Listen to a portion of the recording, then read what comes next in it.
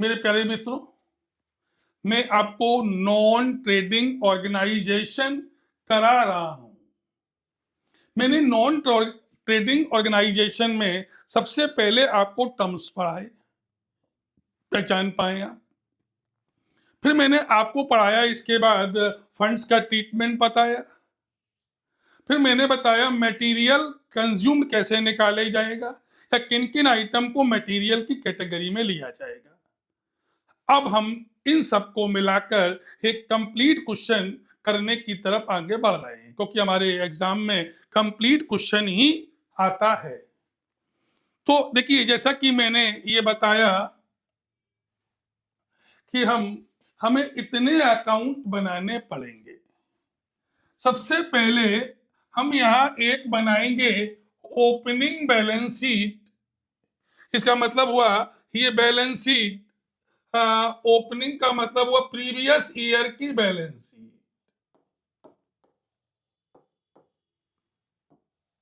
फिर इसमें हम जो भी आइटम लेंगे, फिर सबसे पहले हम यहां से लेंगे। तो भैया अब हमने आपके सामने देखिए ये आइटम ढूंढना चालू किए, तो हमें ये ओपनिंग बैलेंसेस जितने भी दिए गए होते हैं, ये इसका मतलब है इस ईयर का ओपनिंग है, पिछले ईयर का ये क्लोजिंग रहा होगा। तो पिछला ईयर हमारा ये ईयर एंड हो रहा है 31 मार्च, तो मतलब इसका ये 99 और ये 2000 हमारा करेंट ईयर रहा होगा। तो इसका मतलब है पिछला साल हमारा जो रहा होगा वो 99 रहा होगा। अब हम ये कह लें 31 मार्च 99 बोले या 1 अप्रैल 99 बोले, कोई खास अंतर तो नहीं आ जाएगा। तो ये हमें बनानी पड़ेगी। अब इसमें हमें आइटम कहाँ कहाँ से मिलेंगे, तो देखिए सबसे पहले हमने ये आइटम देखे जो ओपनिंग बैलेंस दिए गए होते हैं, ये बेटा हमने यहाँ लिख दिया। तो देखिए हमें यहाँ पर एक कैश दिया गया है, एक बैंक दिया गया है और एक हमारे पास गवर्नमेंट सिक्योरिटीज दी गई हैं। हमने ये तीनों उठा लिया और यहां पर कॉपी कर दिया। ये 500 आ गया, ये 8000 आ गया और ये 1,80,000 आ गया। इतने ही आइटम हमको यहां से मिलेंगे। अब एक आइटम और मिल सकता है जिसको हम बोलते हैं हिडन एडजस्टमेंट। मतलब अगर हमें इंटरेस्ट रेट दिया गया है, इंटरेस्ट का अमाउंट दिया गया है और उसके आगे इंटरेस्ट का रेट भी दिया गया है, तो बेटा अगर तुम्हारे घर में कहीं अंडे दिख रहे हैं, तो इसका मतलब मुर्गी भी दाएं बाएं कहीं हो रही होगी। ऐसा तो नहीं हो सकता है कि बिना मुर्गी के अंडे पैदा हो गए हो, और अगर बिना मुर्गी के अंडे पैदा हो गए हो तो बेटा ये सोचने की बात है। तो हमने क्या कहा, बिना मुर्गी के अंडे नहीं हो सकते। इसी तरीके से बिना इन्वेस्टमेंट के हमें कहीं से इंटरेस्ट नहीं मिल सकता है। तो अगर इंटरेस्ट मिला है लेकिन इन्वेस्टमेंट नहीं दिख रहे हैं, तो इसका मतलब है कि आप ऐसे निकाल सकते हैं इन्वेस्टमेंट की value, interest upon rate into 100 कर कर इन्वेस्टमेंट की वैल्यू निकाल सकते हैं। और हमें यहाँ से कुछ नहीं मिलने वाला। उसके अलावा अब जो भी कुछ मिलेगा वो हमें नीचे एडजस्टमेंट से मिलेगा। तो हम देखेंगे कौन कौन से आइटम ऐसे हैं जिनके आगे 31 मार्च 99 या 1 अप्रैल 99 लिखा है। तो अब देखिएगा हमारे पास ये कह रहा है other assets on 1 April 99 furniture हमारे पास 2000 था, तो हमने यहां लिख दिया फर्नीचर 2000। फिर हमारे पास लैंड थी 50,000, हमने लैंड भी लिख दी 50,000। भैया फिर हमारे पास बिल्डिंग थी,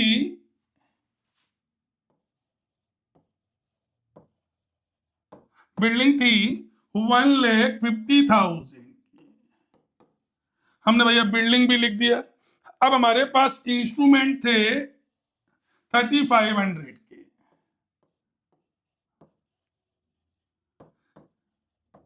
इंस्ट्रूमेंट भी लिख दिया 3,500 लिख दिया।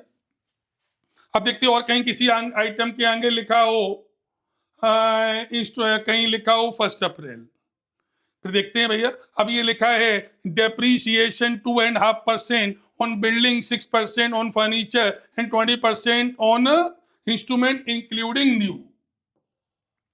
अच्छा, गवर्नमेंट सिक्योरिटी जो भैया यहाँ दी गई है ये हमने 1,80,000 की खरीदी है, जबकि इसकी फेस वैल्यू बता रहा है 2 लाख रुपीज है। इसका मतलब है इस पर जो इंटरेस्ट मिलेगा वो 2 लाख पर मिलेगा।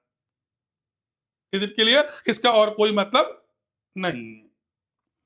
अच्छा बेटा ये बताओ, और बता रहा है the government securities of the face value 2 lakh costing 1 lakh represent investment endowment fund. इसका मतलब है हमने जो ये खरीदी है 1,80,000 की, ये कहां से खरीदी है? एंडाउनमेंट फंड से खरीदी है। तो इसका मतलब है 1,80,000 का फंड भी तो रहा होगा भैया। अब यहां तक हमें कुछ नहीं मिला भैया। अब ये कह रहा है subscription includes received 10,000 for 98-99 and but the 7,000 is outstanding in 99-2000। मतलब 98-99 subscription received include 10,000 for the 98-99, but the 7,000 is outstanding for 99-2000। इसका मतलब है पिछले साल का सब्सक्रिप्शन जो हमारा ड्यू रहा होगा वो 10,000 था, क्योंकि 98-99 का हमारा 10,000 था। फिर कह रहा है 7,000 अभी भी आउटस्टैंडिंग है, ये करेंट ईयर के लिए।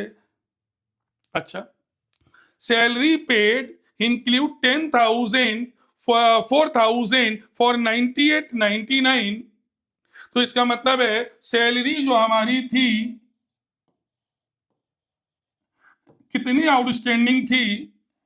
4,000 हमारी आउटस्टैंडिंग थी फॉर 98-99 में सैलरी एक्सपेंसेस होता है, आउटस्टैंडिंग थी तो उस समय लायबिलिटी में दिखाई गई होगी।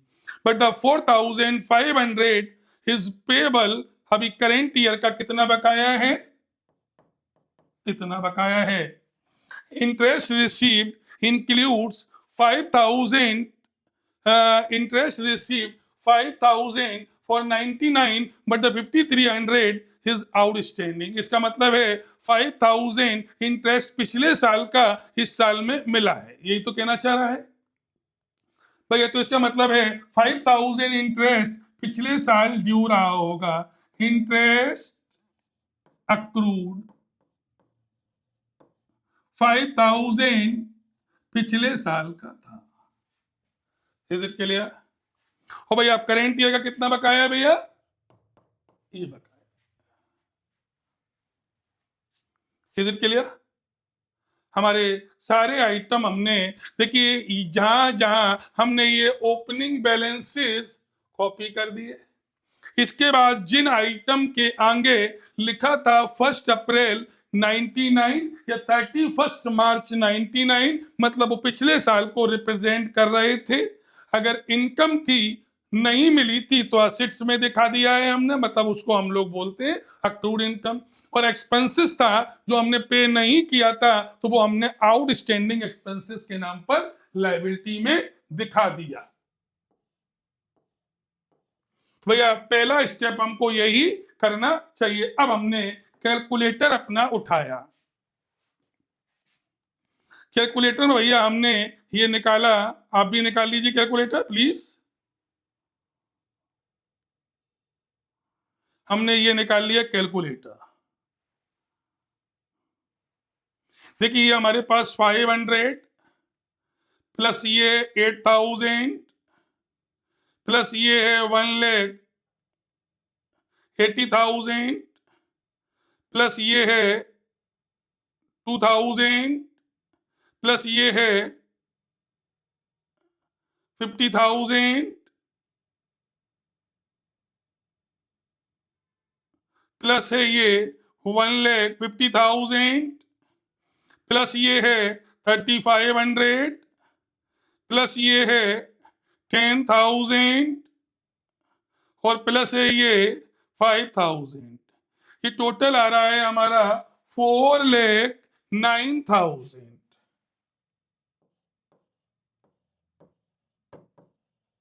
ये हमारी एसेट साइड है, तो हमारी लायबिलिटी साइड भी 4,09,000 आनी चाहिए।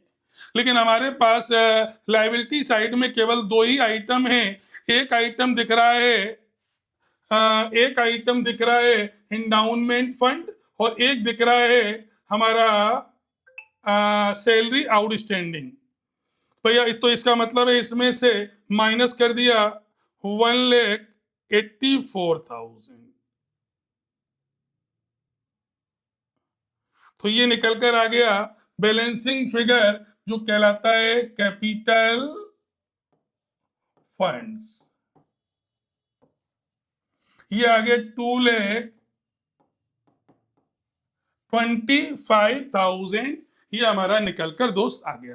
भैया देखिए, जब तक बैलेंस शीट नहीं बनाएंगे आपका इनकम एंड एक्सपेंडिचर टैली नहीं कर पाएगा। तो पहले राउंड में हमने क्या बनाया, ओपनिंग बैलेंस शीट। उससे हमने क्या बैलेंसिंग फिगर निकाली है, कैपिटल फंड्स, जो हमारी कितनी आ गई है 2,25,000। अब हम बनाएंगे क्या, बनाएंगे इसके बाद इनकम एंड एक्सपेंडिचर।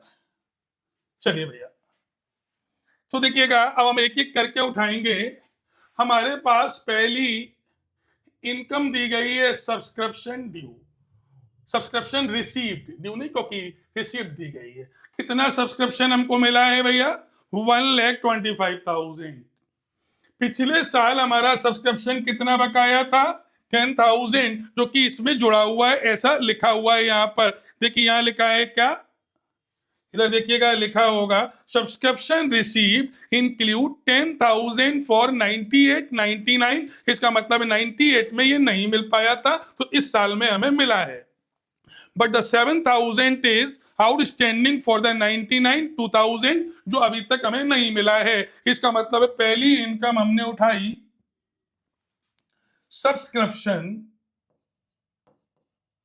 जो हमारी थी 1,25,000 में, हमने प्लस कर दिया आउटस्टैंडिंग ऑफ करेंट ईयर जो हमारा है 7,000, माइनस कर दिया आउटस्टैंडिंग ऑफ लास्ट ईयर जो हमारा 10,000।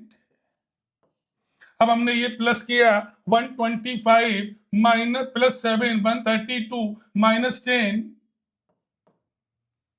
तो ये निकल कर आ गया 1,22,000। ये हमारी सब्सक्रिप्शन नाम की इनकम इस साल में होनी चाहिए थी। अब हमने फिर इसके बाद दूसरा आइटम उठाया, इंटरेस्ट हमको मिला कितना है 20,000। इसमें से लास्ट ईयर का हमारा इंटरेस्ट कितना बकाया रह गया था 5,000, जो कि हमें इस साल मिला है। इसमें देखो ये लिखा है, इसमें ये लिखा है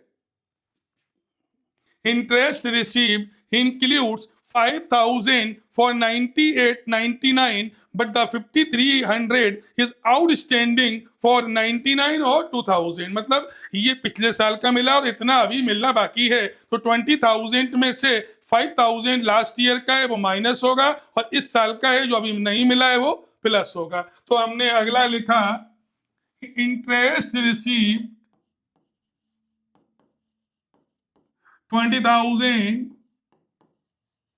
minus outstanding of last year जो कि हमारा 5,000 है, plus outstanding of current year जो 5300 है अभी तक हमें नहीं मिला है। देखिए फिर चेक कर लीजिएगा, ये 5300 नहीं मिला है और ये पिछले साल का इस साल मिला है। अब हमने प्लस माइनस कर दिया तो ये निकल कर आ गया 20,300। फिर हम अगले में आए, यहां दिया गया डोनेशन।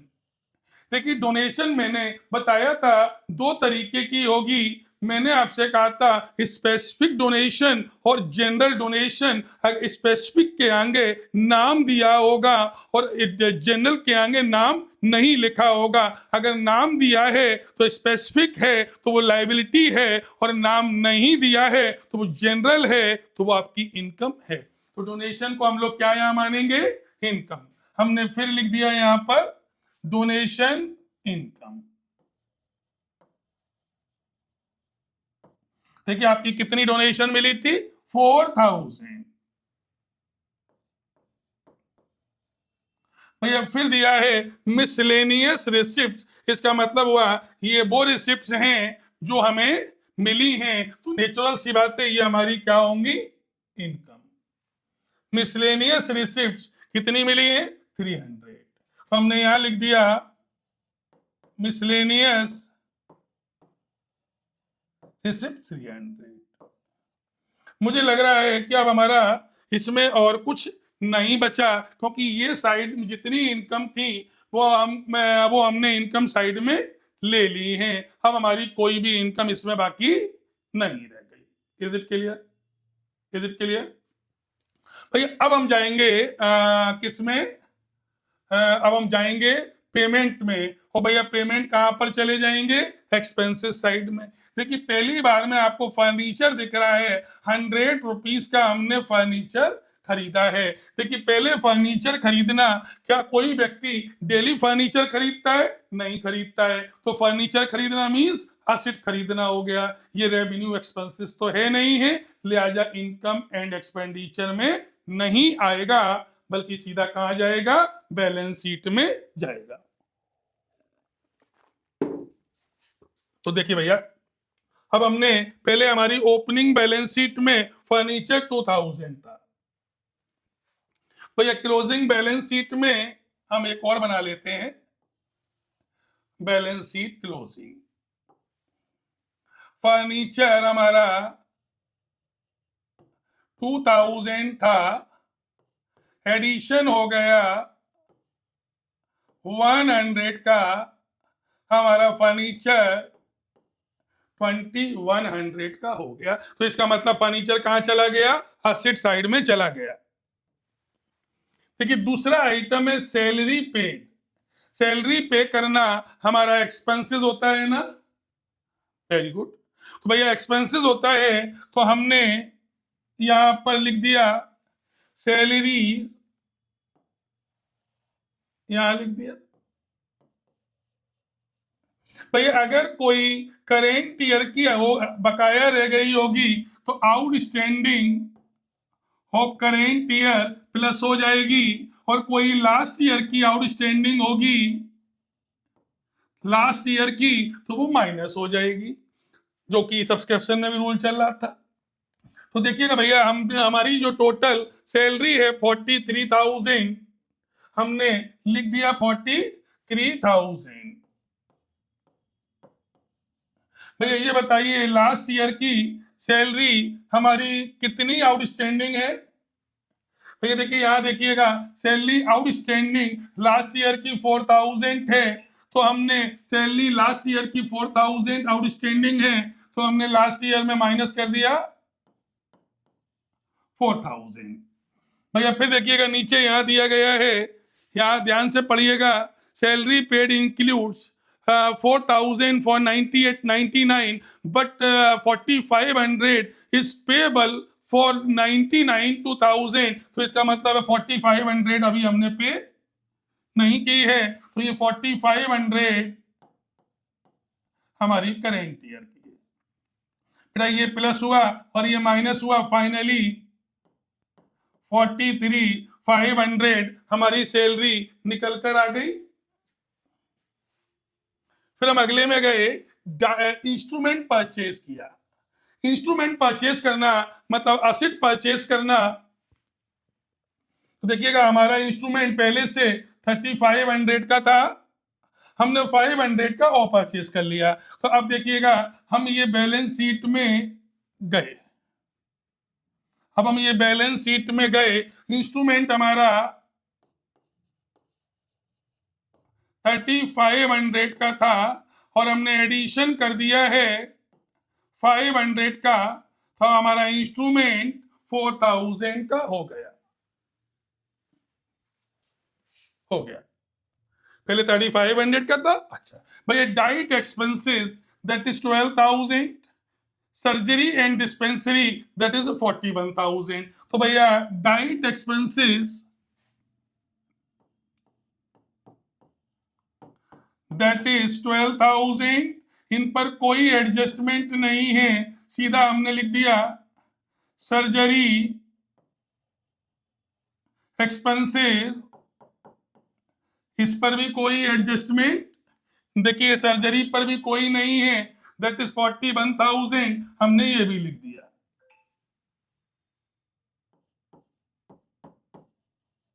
भैया इसके बाद फिर हम अगले में आ जाएं। अब हम आ गए तो रेंट दिया गया है, इंश्योरेंस दिया है और ऑफिस दिया है, तो हमने रेंट भी लिख दिया, इंश्योरेंस भी लिख दिया और ऑफिस भी लिख दिया। Rent, insurance and office. तो हमने रेंट, इंश्योरेंस एंड ऑफिस लिख दिया।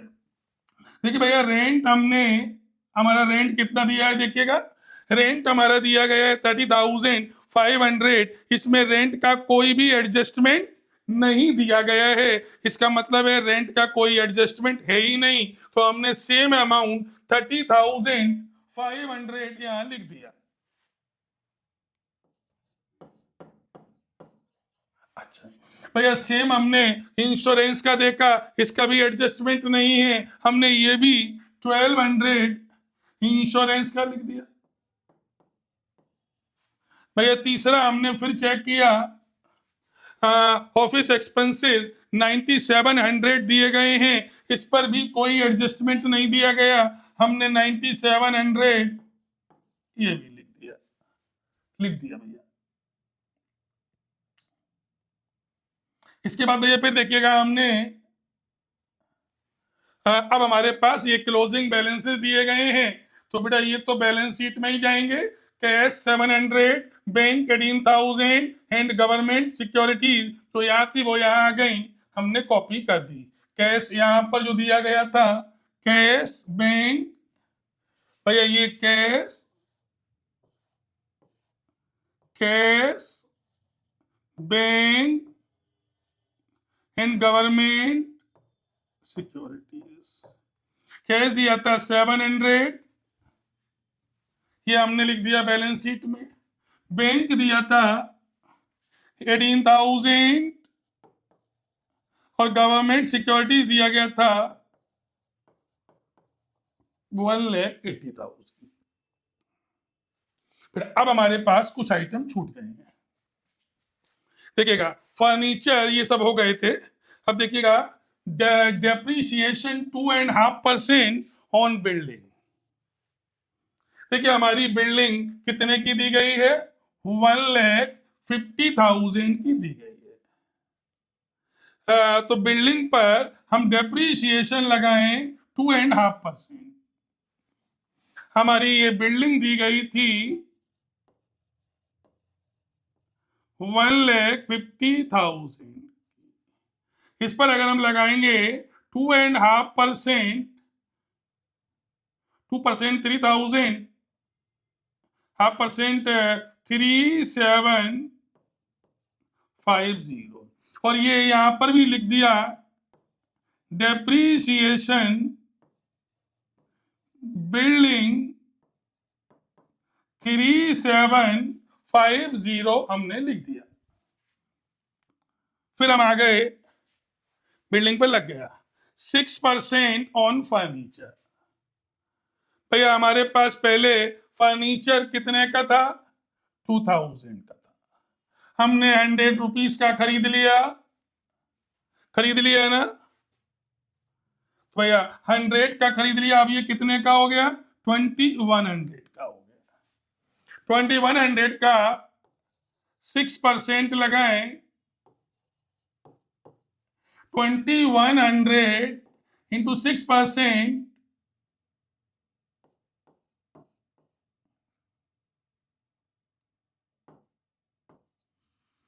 तो 126, तो ये फर्नीचर पर लग गया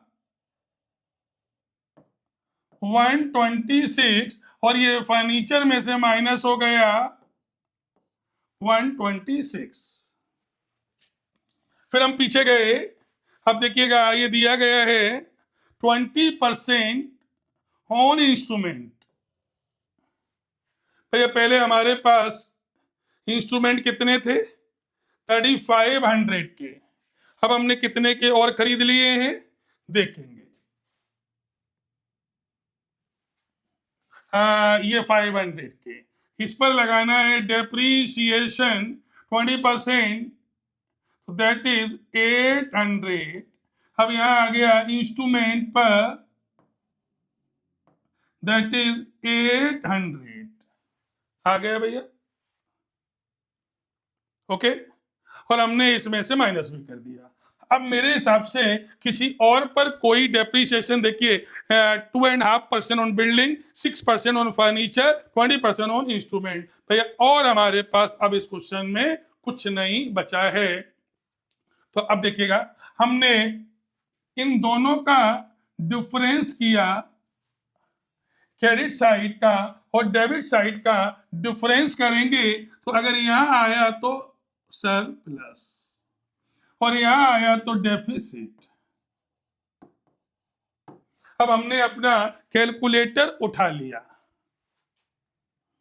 देखिए कैलकुलेटर हमने उठाया, हमारे पास 1,22,000 ये था, प्लस 20,300 ये था, प्लस 4,000 ये था, प्लस 300 ये था। तो हमारा ये टोटल निकल कर आया 1,46,600 आ गया। अब इसमें से ये माइनस कर दिया हमने, ये 43,500 माइनस कर दिया 12,000, माइनस किया 41,000, माइनस किया 30,500, माइनस किया 1,200, माइनस किया 9,700, माइनस किया 3,750, माइनस किया 126, माइनस किया 800। तो ये निकल कर आया सरप्लस 4024। और ये लिख दिया यहां पर हमने 146,600 लिख दिया बेटा। अब हमने क्या कहा था, ओपनिंग बैलेंस शीट में जो आइटम जहां लिखा है उसको यहीं लिख देना, बस उसकी वैल्यू अगर बढ़ गई है तो बढ़ा देना और गिर गई है तो गिरा देना। फिर देखिए हमने फिर कैलकुलेटर निकाला भैया, ये 2100 माइनस 126, तो ये आया 1974, और ये किया, ये आ गया 3200, ये किया 146,250। अब देखिएगा, अब हम और आ जाते हैं पिछले में। देखिए पिछले में हमारी एक असेट फर्नीचर लैंड अभी रह गई है, लैंड अभी हमने, फर्नीचर आ गया है, बिल्डिंग आ गई है, इंस्ट्रूमेंट आ गई है, लेकिन अभी हमारी लैंड रह गई है, जो कि कितने की है? 50,000 की।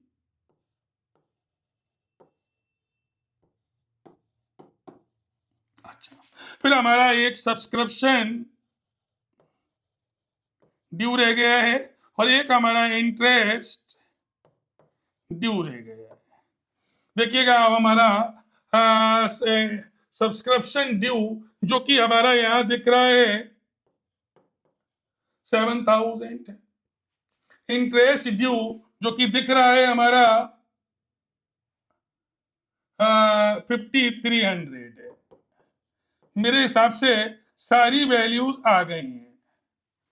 ओके, अब हम चले गए लाइबिलिटी साइड में। बेटा ये हमारी कैपिटल फंड थी जो कि हमने यहां निकाली है 2,25,000 की थी।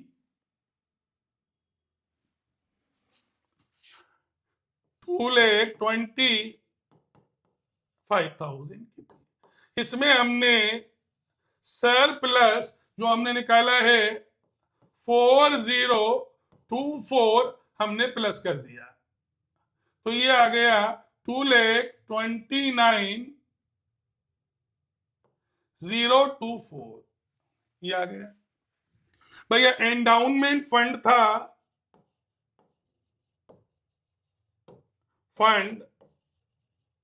180 का था,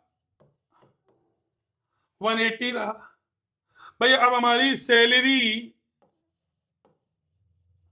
आउटस्टैंडिंग जो थी करेंट ईयर की 4,500 हो गई, और मेरे हिसाब से अब कोई बच नहीं रहा है। हमने क्या किया, पुरानी बैलेंस शीट में दिए गए आइटम को हमने किस वैल्यू पर कर दिया है? रिवाइज्ड वैल्यू पर कर दिया है। अब अगर हमने सब कुछ सही किया होगा तो ये टोटल इक्वल आएगा, और हमने गलत किया होगा तो टोटल ये इक्वल नहीं आएगा।